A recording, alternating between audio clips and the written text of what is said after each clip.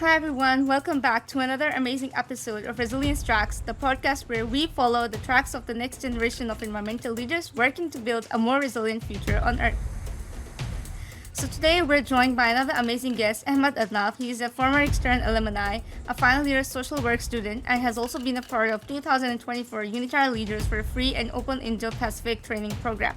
But apart from that, there is also a lot of other work that he has done, but I will leave that to him.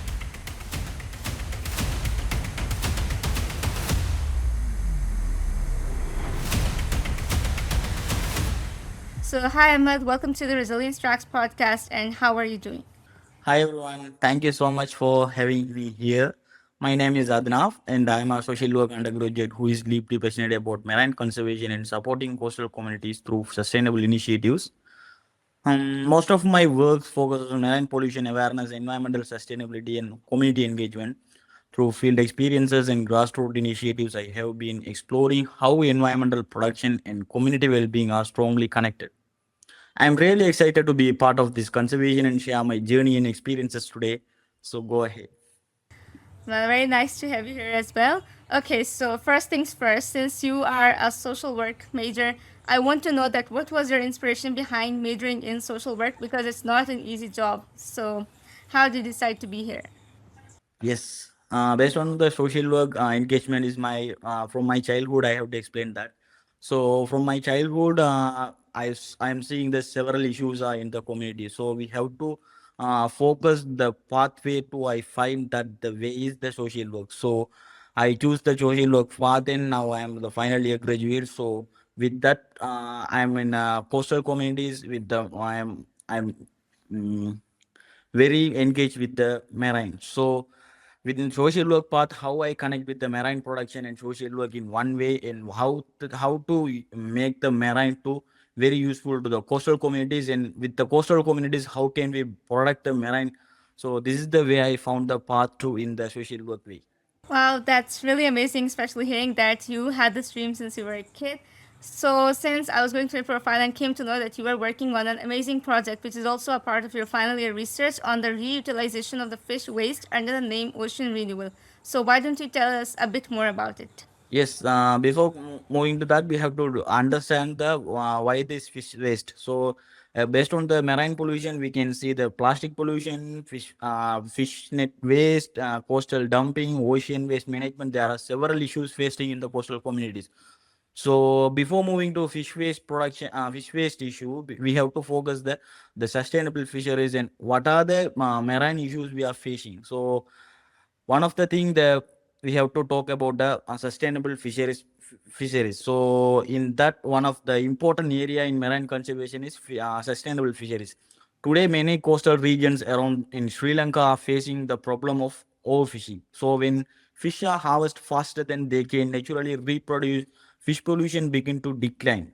So this is not only affects marine biodiversity, but also directly impacts the livelihoods of fishing communities who depend on the ocean for income and security. So here we have to focus that the marine conservation and community well-being. So sustainable fisheries are about creating a balance between human needs and ocean health. The goal is not to stop fishing, but to ensure that fishing practices allow marine ecosystem to recover and remain productive for the future generations. So one of the major issue is the harmful of unsustainable fishing methods here. So practicing such as catching immature fishing, excessive harvesting, destructive fishing here, uh, illegal fishing activities can damage marine habitats and reduce fish population over time. So when this continues for years, our communities begins to experience lower catches, economic instability, increasing pressure on marine resources. So this is the one of the major issue is the sustainable fisheries. So before I'm going to the fisheries waste management and other things, I'm explaining the Sri Lankan scenarios and here what are the issues facing here. So we can see the other issues. We can see the climate change and ocean related issues. The climate change and ocean are deeply connected. So and today coastal communities are among the first to experience its impacts. The oceans plays a major role in regulating the Earth's climate by absorbing heat and carbon dioxide. So, but increasing global temperatures are placing enormous pressure on marine ecosystem and coastal environments. One of the most visible impacts of climate change is rising sea levels. As a global temperatures increasing, glaciers or polar ice caps melt or causing ocean levels to rise gradually. For coastal communities, this creates serious risks such as flooding, salt intrusions, or damage to homes and loss of coastal sands. Also, we can see that such as flooding, we can see at the Nigambu sites and saltwater intrusion. We can see the Puttalam in Sri Lanka. I'm explaining the Sri Lankan scenarios. So the damage to homes, we can see the eastern province of Sri Lanka. So this is the issue, the climate change and ocean related issues. And the other part is the this is the mangrove and coastal ecosystem issues and youth engagement in this coastal and marine sector. So there are several issues are facing. So based on that, I got the interest to work here. So in that, I'm create the circular economy or circular. How can we use this? How can we see this issue to make this as used to marine and coastal communities to get benefits? So in that perspective, I use the first model that the fisheries waste management to make that to as a useful product or useful to the community to use that. So for that, the first project is the fish waste ocean renew project. That the how can fish we use the fish waste as a useful product. So the basic idea that we are the basic issue that in our area we are producing the fish waste with the producing fish waste we are collecting that, and those who are getting the fish waste we are throwing into the sea. With that we are facing the salinity issues, uh, pH level issues, temperature issues. There are several issues are facing here. So for that, I firstly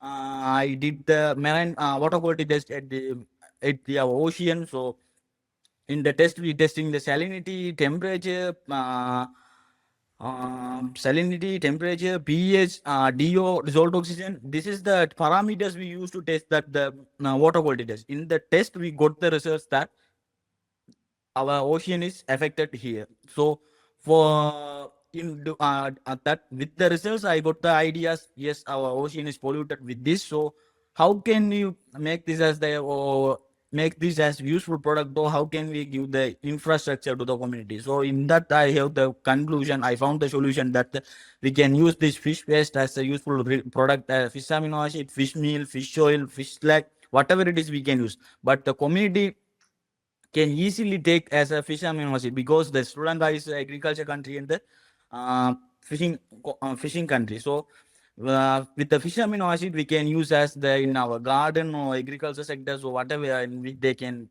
sell or whatever it is we can use. The fish amino acid is a simple way that we can take the fish amino acid and one carbon source, that is brown sugar or jaggery or molasses, whatever it is we can use.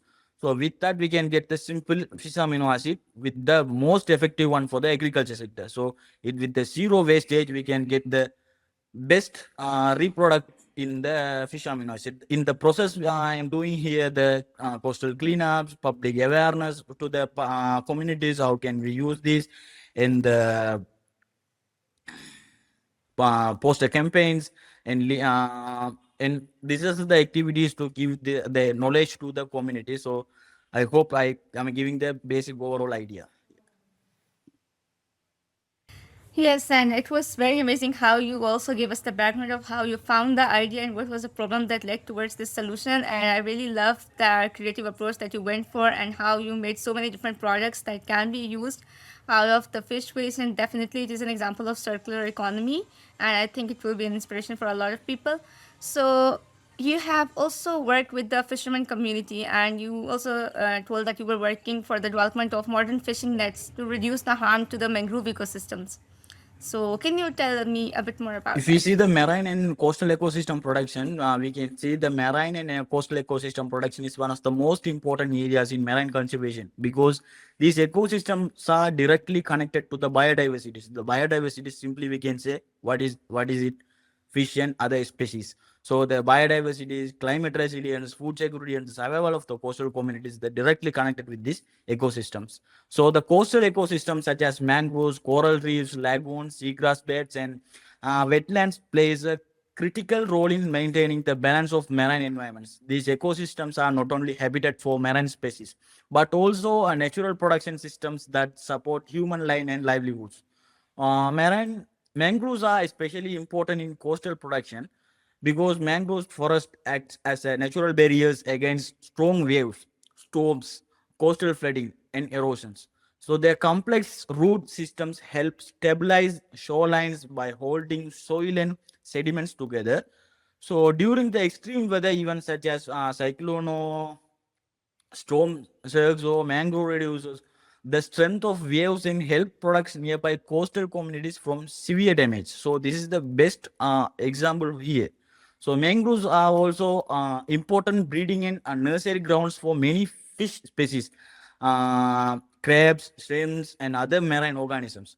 So many fish populations that support local fisheries begin their life cycles in mangrove ecosystem. So this means healthy mangroves directly contribute to the food security and sustainable livelihood for fishing communities. Uh, and mangrove are highly valuable in addressing climate change because they absorb and store large amounts of carbon dioxide.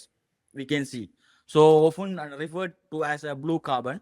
We can always say that blue carbon as a mangrove and protecting, restoring mangrove, therefore contributing both marine conservation and climate mitigation efforts. So coral reefs are another essential part of marine ecosystems. Coral reefs are often called the rainforest of the oceans. We generally we say the forest of the oceans. We can say the coral reefs because they support enormous marine biodiversities. Even though the reefs covers a small portion of the oceans, they provide habitat shelters for thousands of marine species. So coral reefs also protect coastline by reducing wave energy before it's reached the shores. This is naturally protecting helps to reduce coastal erosion, minimizing damage from the storms and strong ocean currents. So here I can say that. So I didn't mention the particular harbor. Here one of the harbor affected the coastal erosions here. So the severe affected, they loses their homes, their working environment. So with that, the coral reefs we must need to protect our species and other to reduce the wave energy here. So for many coastal communities, coral reefs supporting fisheries, tourism, and local economic activities. However, coral reefs are highly vulnerable to climate change, pollution, destructive fishing practices, and rising ocean temperatures. Coral bleaching caused by warming oceans is becoming a major global environmental concern. So here in Sri Lanka, in the south province, we can see that coral bleaching how affecting the environment. So when the coral reefs become damaged, marine biodiversity decline, and coastal communities lose important ecological and economic support systems. Lagoons and other coastal wetlands are also important ecosystems that support marine balance. Lagoons are often severe breeding areas and feeding grounds for fish, birds, and aquatic species. They help maintain water quality, regulate nutrition, and supporting biodiversity. So many coastal communities depend on lagoon for fishing, transportation, and small-scale economic activities. So here we can see the examples that the Negombo fishing community is best example for that. So the biodiversity within coastal ecosystem is extremely important because healthy ecosystem depend on the interaction between different species. Marine biodiversity supports ecological stability, food chain, and natural resilience against environmental changes. So when biodiversity declines due to the pollution, habitat destruction, or overexploitations, the entire ecosystem become weaker and less capable of supporting marine life and human communities. So protecting coastal communities is therefore not only about conserving nature in isolation. It's about protecting people, livelihood, food systems, and future generations. So coastal communities are closely connected to these ecosystems socially, culturally, economically. We can't see it as a isolate one. So one of the important lesson in marine conservation is that ecosystem and communities are cannot be separated. When mangroves are destroyed, coastline become more vulnerable. When coral reefs are declined, fish population decrease. When lagoons become polluted, biodiversity and local livelihoods suffer. Environmental degradation eventually become a social and economic issue as well. So this is why ecosystem protection requires community participation, environmental education, sustainable policies, and long-term conservation planning. So local communities, especially fishermen and coastal residents, should be recognized as a key partners in conservation because their daily lives are deeply connected to the healthy of marine ecosystem. So I believe protecting mangroves, coral reefs, lagoons, and marine biodiversity is ultimately about protecting the balance between people and nature. Healthy ecosystems, healthy coastal ecosystems, creating stronger, safer, and more sustainable future for both the environment and coastal communities around the world. So this is the way I believe to protect the marine and coastal communities. That's really amazing. So I have like a question that just came to my mind that do fishing nets, the kind of the nets that fishermen use regularly for fishing, do they also have a role in damaging the coastal ecosystem, like maybe the coral reefs and the mangroves? So here we can say the illegal fishing is the one of the most reason for the coral damage because they are using the illegal nets. So this is the one of the reason here in Sri Lankan scenarios. This is the one of the main reasons here to damaging the coral. So they are using the illegal nets like the in here we can say that as a surku nets. This is the one of the reasons damaging the corals. And the other, there are some of the reasons is here to damage the corals, like the coral bleaching that they are using the chemicals and oils. Here they are dumping into the seas, and this is kind of the things they are damaging these corals. Yes, I think I definitely agree with that because even in Pakistan, we have practices like where they use electrical wires to kind of go for the fishing. So they put the wire in the water, and to the current, the fishes die and they come to the surface. So I think such unsustainable practices should definitely be stopped. Okay. So moving on, you have also maybe you have worked with a lot of communities and you have worked with so many, like you've done so much social work. So if there is one pressing problem that you feel like in Sri Lanka, this is the problem that needs to be addressed first, what would that be? So my address is the Sri Lankan fishermen and coastal Sri Lankan fishermen. They have to understand the next level of fishing activities. So they always the our fishermen are doing the traditional fishing methods, the like the oldest method. They don't know the on the fishing zones. Like they don't know the economic zone. We have to take the fishes. So this is the main issues. They don't know the modern fishing practices. So this is the I believe if they know the modern fishing practices, they will protect the marine and ecosystem and mangroves and all the things they will product, and they will understand the how can we take, if we give the assets to the marine, we can get the benefit from that. Yeah, I think I totally agree with that. We also need to train the fishermen because obviously, and I think this can be done by the public-private partnerships as well, so that maybe government can mobilize some funds towards the training of these fishermen so that they can know that how basically they can go for sustainable fishing practices and they can know the boundaries as well. So while we are on this topic, I also want to know that is there any when you talk about cross-border politics, so we do think that cross-border politics also has an influence on shaping the marine community or in shaping the fishing area, especially because sometimes when fishermen cross the borders, they often get killed at this rate as well. So do you think that cross-border politics or regional politics has a role in shaping the marine environment or has an effect on it? Yes, the marine politics we can see in the northern province in Sri Lanka. So we can always see in the news we can heard that the Indians are across the border, Sri Lankan border, Sri Lanka across the Indian border. So this is the major issue happening in the northern province in Sri Lanka. So this is the happening in the political issues as well. The last in Tamil Nadu election also the now the CM also told that we have to take that the Jaffna areas, that the particular area to marine protected area. So this is the major issue in Sri Lanka and also going to the Indian zone, Indian also coming to the Sri Lankan zone. So this is the major issue here, political issue.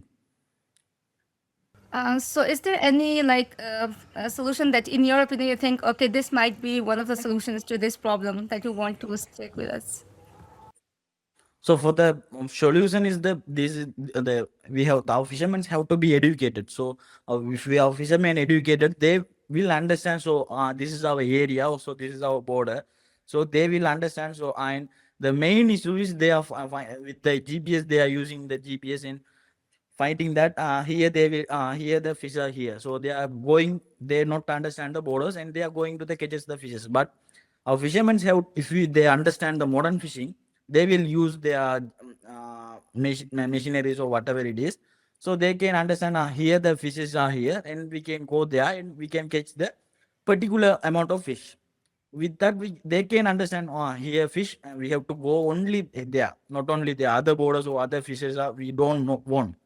In our regions we have fishes and we have much of fishes here, so why we want to go to the there? If they understand, our fishermen gets that, so this will be comes under solutions. Since you have worked in so much close network with the community, you have worked with different communities, you have worked with the fishermen, and you have done a lot of social work. So if I want to ask, like, what is that one largest barrier that you think that has to be faced by a social worker? So as a social worker, the mainly, if I'm saying that as a social worker, always social workers working with the people, working for people. This is the way they are seeing. They have the social worker. If you are coming as a marine conservationist, so they will not seeing as a you are social work. You are going and work with the people and find a solution. So my view is not only with that. So those who are depending on it marine, so I have to see the marine as well. So I have to protect to the communities as well. So in social work, we have the several sectors because as like a psychiatric social work, medical social work, and green social work. So much of social, the bundle of social work is there, but there is no social work to work with the coastal communities and marine ecosystem. So this is the main gap I have to find here to get the solution to the coastal communities. So in the particular sectors, if we see the if we that the political issues, so this is the in this case we are seeing the one is the basically human issues, but in the other way is they are facing that the marine and ecosystem issues. So as a social worker I have to work with the multiple stakeholders, not only as a social worker I can't find the solution. The marine biologists work with the social worker, those who are working in the marine sectors, they also have to call up with the social workers. So in the coral project, we are planting some coral reefs in the coral reefs. So we are always planting. Without the educated knowledge in the particular fishing communities, how can we make us a sustainable? So this is the main issue. They are always doing the projects like the cleanup, beach cleanups, or finding the solutions and illegal. This is the way they are finding the solution. But who is the product for that? The coastal communities are those who are depending on this. They are the products. So they have to work with that. So this is the main the bridges that is social works to convey that message to the community. So I believe to give this particular way. Okay, so what I get is that you're saying that basically that link between community and nature and establishing the link with educating the community and how they can protect their ecosystems is one of the major barriers that our community doesn't know about it. Yes. Amazing. That's very amazing insight.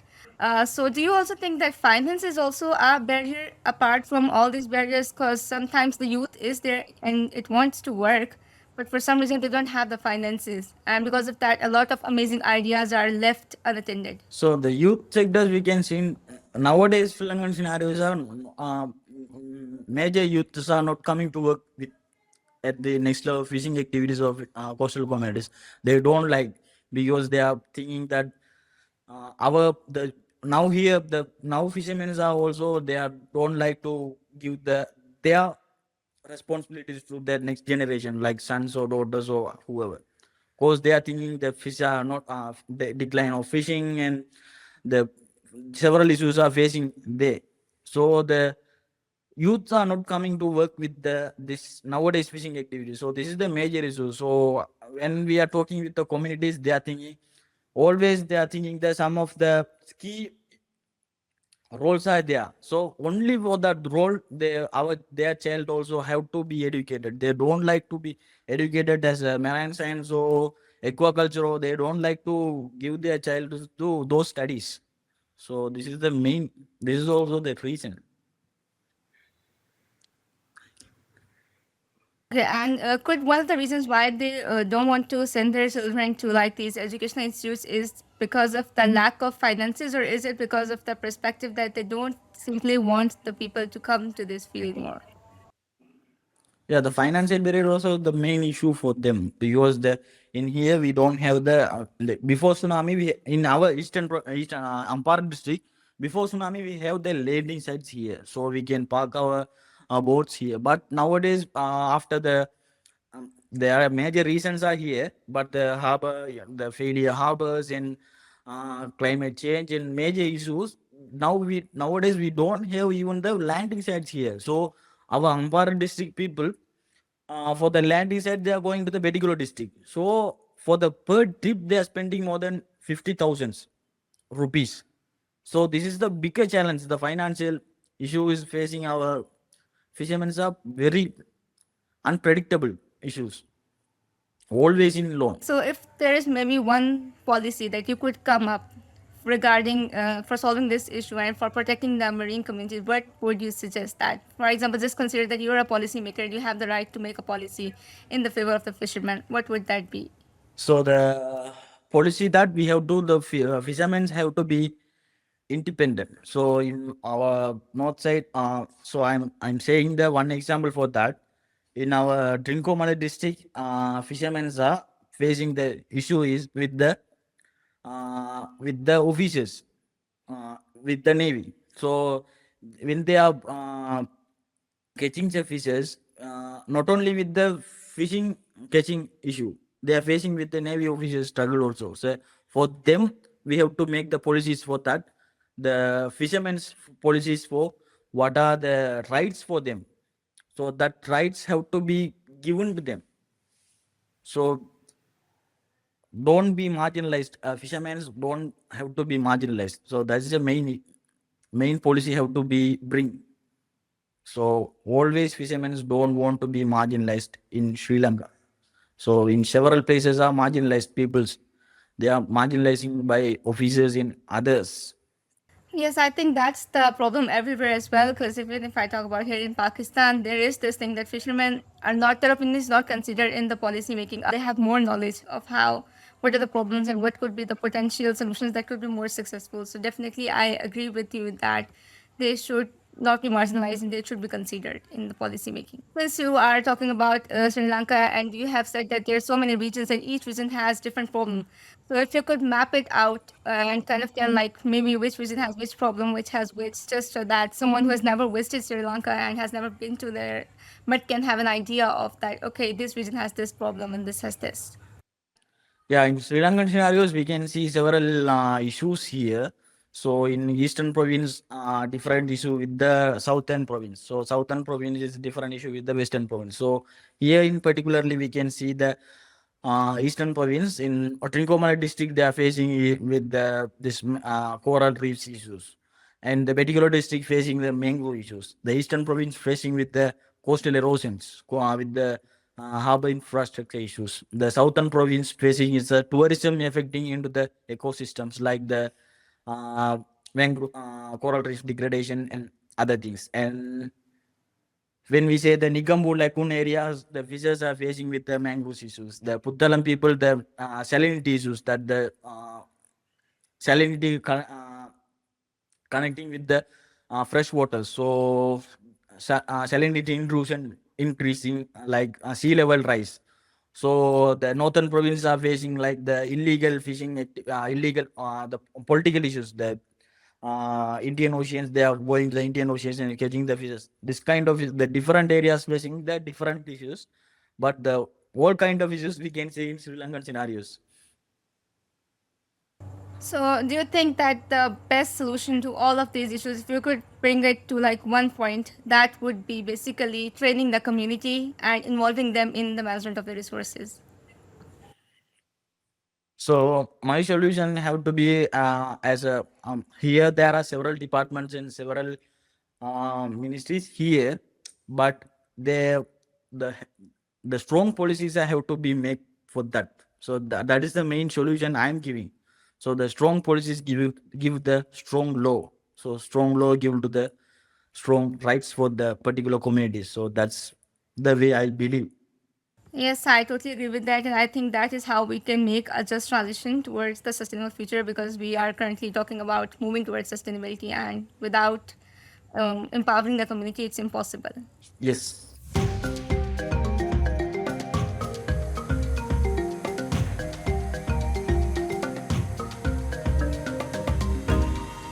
Okay, so that brings us towards the later half of our podcast. So we have a mini segment, which is that you get two choices to choose from. So one is the conservation hot take. So you can come up with any thought that you feel like most people would not agree to it. And the second one is moment of nature, where you can just come up with a slogan regarding the nature. So which one would you go for? So the moment of nature, I thought that marine ecosystem, it's not only for the environment. It's about the people, food, and security, and the future generation. So I hope we have to give the marine. We have to protect or conserve the marine to the next generation and the coastal communities. So this is the key. Yes, I certainly agree. I think it's a very beautiful statement that you give, that we need to protect the future generations, and for that, we definitely need to train the current generations which are there right now. Since there are also a lot of people who want to come in this field of social work, they want to do social work, but as much as I think it's a very tedious task, because you have to work with the community, and working with the community demands a lot of effort. So, if someone wants to join this field, what advice would you give them? Yeah, firstly, I have to tell that. So that why I choose these postcards to convey my message. So the several social works are here. So the social worker have to come with this work with to the coastal communities and the marine conservation. So that's why mainly I choose here. So therefore the social workers I have to convey the message that social work is working with people and working for people. So here there are coastal communities also here. So come and see the coastal communities and find the problem and give the solution for them. I think that's definitely a very good advice that you give, and definitely more people should come there, especially people who have power, who have the finances, who are the stakeholders. They should definitely work in collaboration with the youth like you who have the ideas so that they can be executed. If I want to come in the field of social work and I say that I want to major in social work, so how would you tell me that what things I need to keep in mind before joining this field? So before joining this field, so we already as a social worker, you have the understand working with people and working for people. But when you come here, you have to understand the marine ecosystem. So with the marine ecosystem, you can find the solution. The other communities and the coastal communities are different. So the coastal communities, we can't separate as a coastal communities as a people and the marine as a, we can't see as a separate. So they are merged.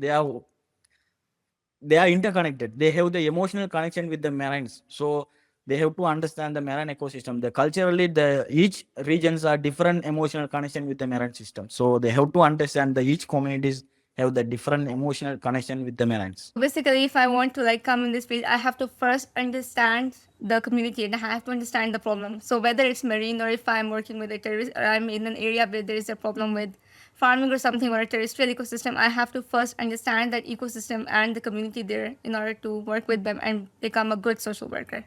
Where do you want to see yourself within the next 5 to 10 years? And since you also have a project, ocean renewal, sorry.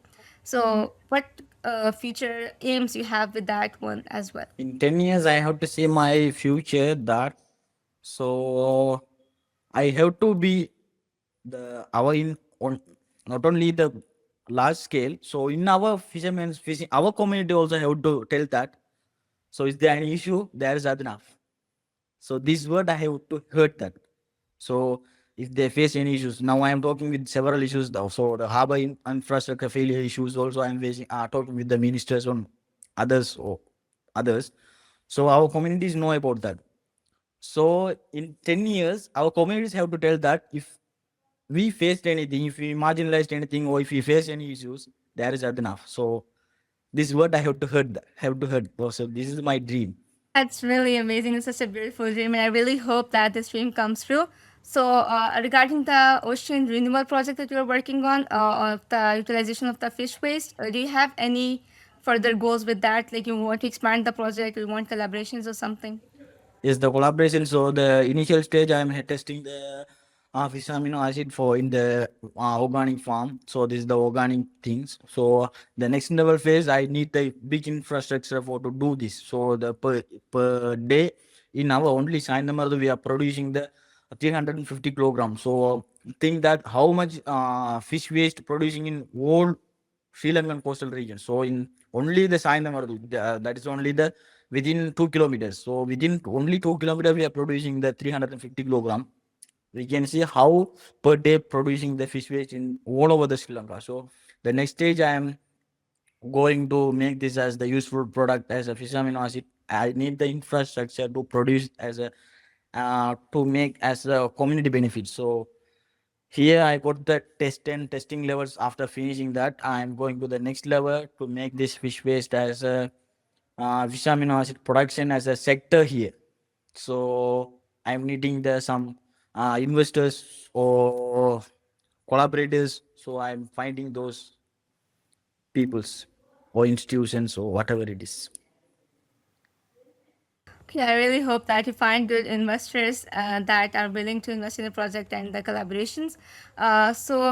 Since your project is an example of circular economy, an example of waste management, and kind of the closed cycle loop, so do you think that by doing such, this is one of the ways by which youth can turn their researches into something that can become a source of income for them as well?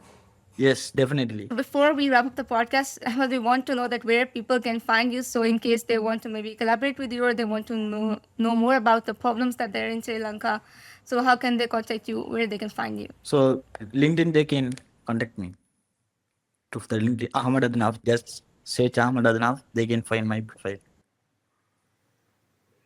Okay, that's really amazing. Okay, so well, I guess that will be it for today. So thank you so much for listening to the podcast, and thank you so much, Ahmad, for taking out time and sharing your amazing insights and experiences with us. I'm sure you will be a source of inspiration to a lot of people. So before you leave, if there is any final message that you want to give or anything you want to say, the floor is all yours. So thank you so much for having me here. So I thought what are the messages I have to convey to the community. So I thought most messages I convey to the community. So thank you for sharing my journey and experiences today. Okay, thank you so much. The pleasure was all ours. So, everyone, have a nice morning, afternoon, evening, night, wherever you are. And thank you so much for listening again. And see you guys again with another amazing episode next week. Until then, goodbye.